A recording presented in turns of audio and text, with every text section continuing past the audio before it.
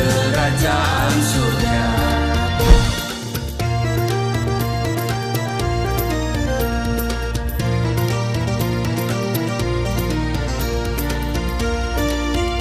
Shalom Bapak Ibu, sahabat Galilea dan seluruh subscriber Galilea Network yang diberkati oleh Tuhan Yesus.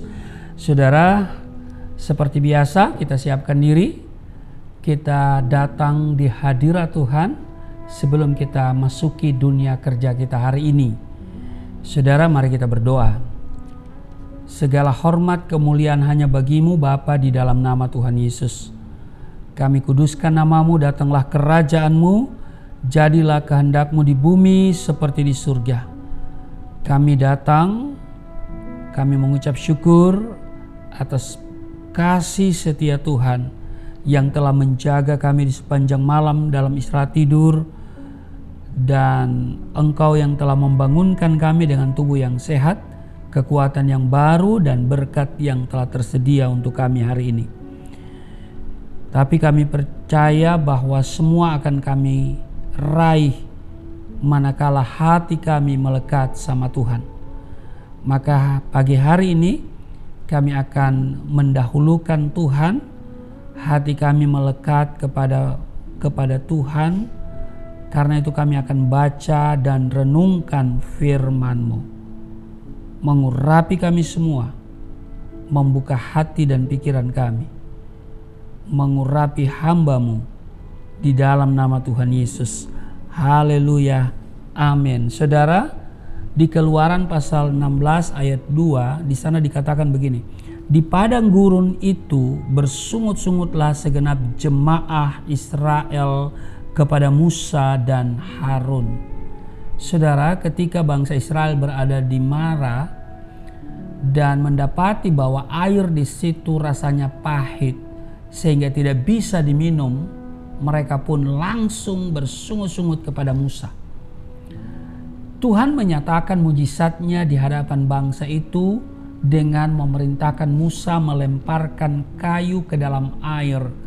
Lalu air itu menjadi manis. Keluaran 15 ayat 25 mencatat hal itu. Ketika perjalanan mereka sampai di Elim, di sana ada 12 mata air dan 70 pohon korma. Keluaran 15:27 mencatat hal itu.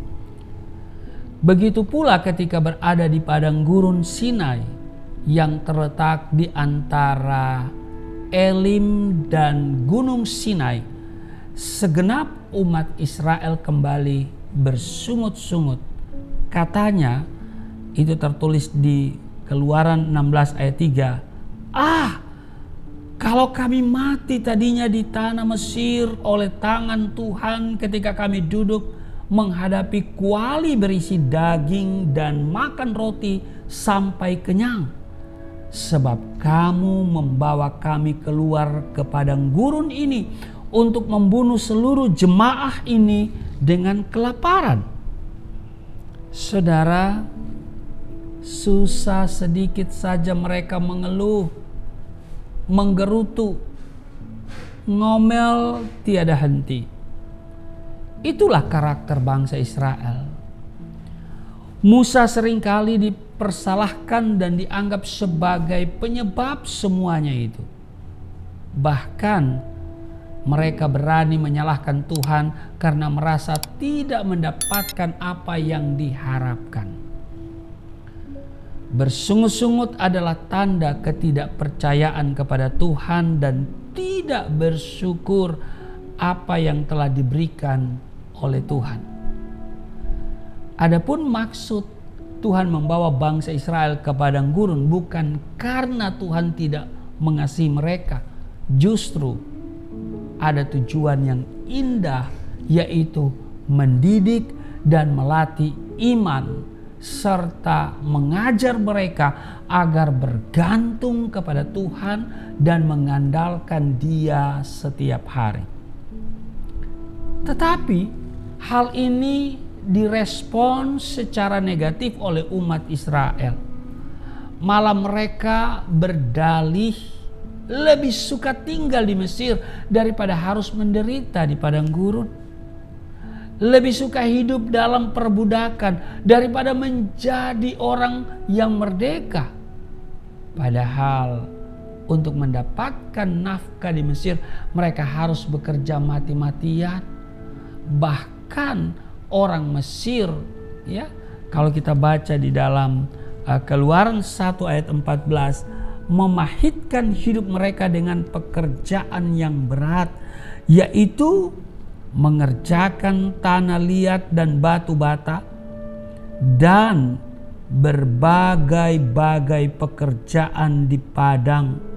Ya, segala pekerjaan yang dengan kejam dipaksakan orang Mesir kepada mereka itu. Siapa mereka itu? Bangsa Israel, umat Allah. Bangsa Israel merasa nyaman di Mesir meski harus menjadi budak, saudara. Mari kita periksa hidup kita. Jangan-jangan kita merasa nyaman dalam kondisi kita saat ini, walaupun sesungguhnya kita adalah orang yang terbelenggu, yang diperhamba oleh dosa. Saudara, mari kita belajar dari firman Tuhan pagi hari ini bahwa bersungut-sungut adalah tanda tidak percaya.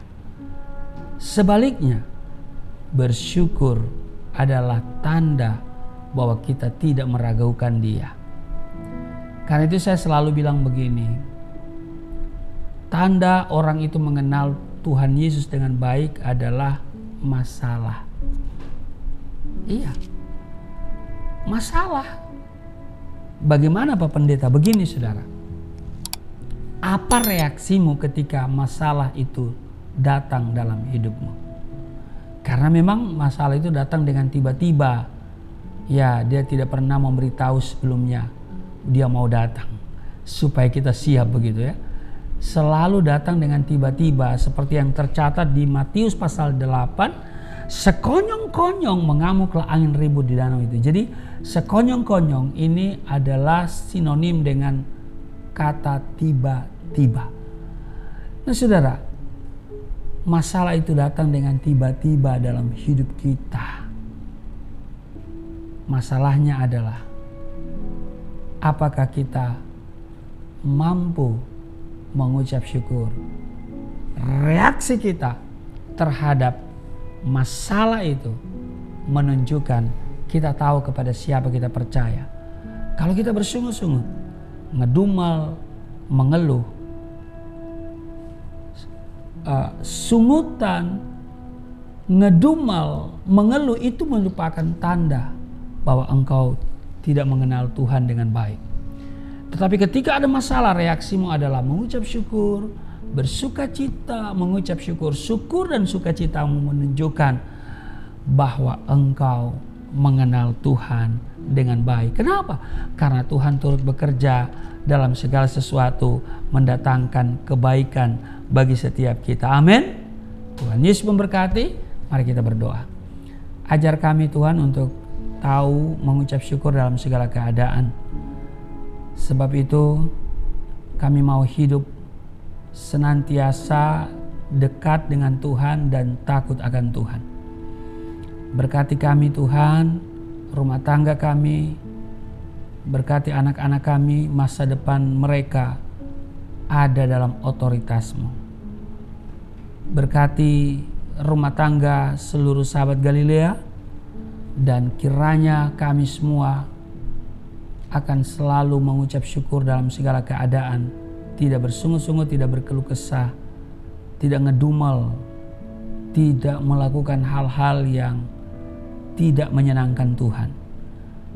Karena itu inilah kami Tuhan, kami mau senantiasa berjalan bersama Tuhan di dalam nama Tuhan Yesus. Haleluya. Amin.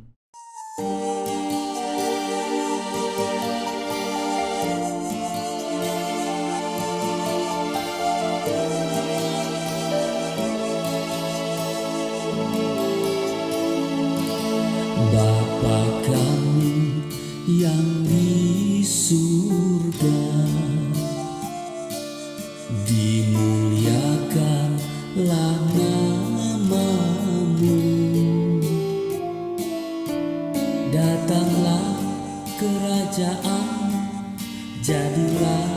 kehendak-Mu di bumi seperti di surga.